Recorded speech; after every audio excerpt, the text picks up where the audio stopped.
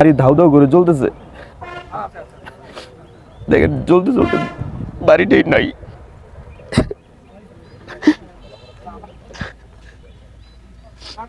বাড়ি না থাকার একমাত্র কারণ আমি দেশের মানুষের পক্ষে কথা বলেছি, বাংলাদেশের পক্ষে কথা বলেছি। শুধু বাড়ি পুরো দেওয়া হয়নি, আমার ফ্যামিলি মেম্বার সবাইকে মারার প্ল্যান ছিল। এটা কোনো বানোয়াট কথা না। আমার আমার আমার বাপেও বলছে যে আমরা ঘর থেকে বের হইতে পারি নাই।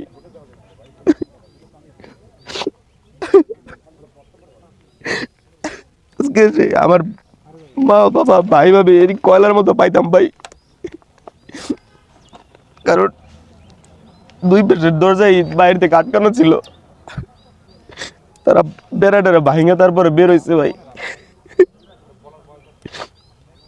ঘরে ভাই অনলি 4 মাসের আমার ভাতিজি ছিল ভাই, 4 বছরের আমার ভাতিজা, ওর বাবা মা ভাই ভাবি ছিল।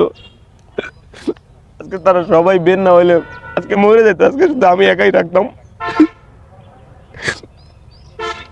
দেশের মানুষের জন্য শুধু কথা বলেছি।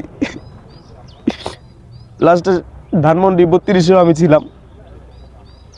বিপ্লব ঘটাই এই সরকারকে বসালাম। এই সরকার কি করলো, কি করতেছে এই সরকার? এটা মানে নিউট্রাল করে একটা দেশকে দিলাম। আজকে আমার ঘর পড়তেছে, কালকে অন্যের ঘর পড়বে। পড়েই না, শুধু এটা মানুষ মাইরে ফেলানোর মতো সিস্টেম করে।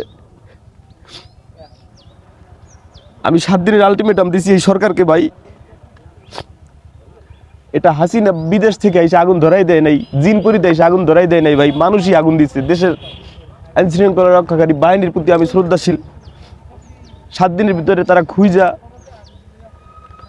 তাদেরকে আইনের আওতায় যদি না হয়, দেশের মানুষকে যদি দেখানো না হয়, যেহেতু আমার পরিবারকে বাইরে ফেলার চেষ্টা করা হয়েছে, সেহেতু তারা খুনি, তাদেরকে যদি ফাঁসিতে না ঝুলানো হয়, 7 দিনের ভিতরে আমার এই পুরো বাড়ি ছড়ায় যদি পূর্ণ বাড়ি গঠন করার কার্যক্রম হাতে না নেওয়া হয়, আমি একাই রাজপথে লড়বো, আমি একাই রাজপথে আন্দোলন করব।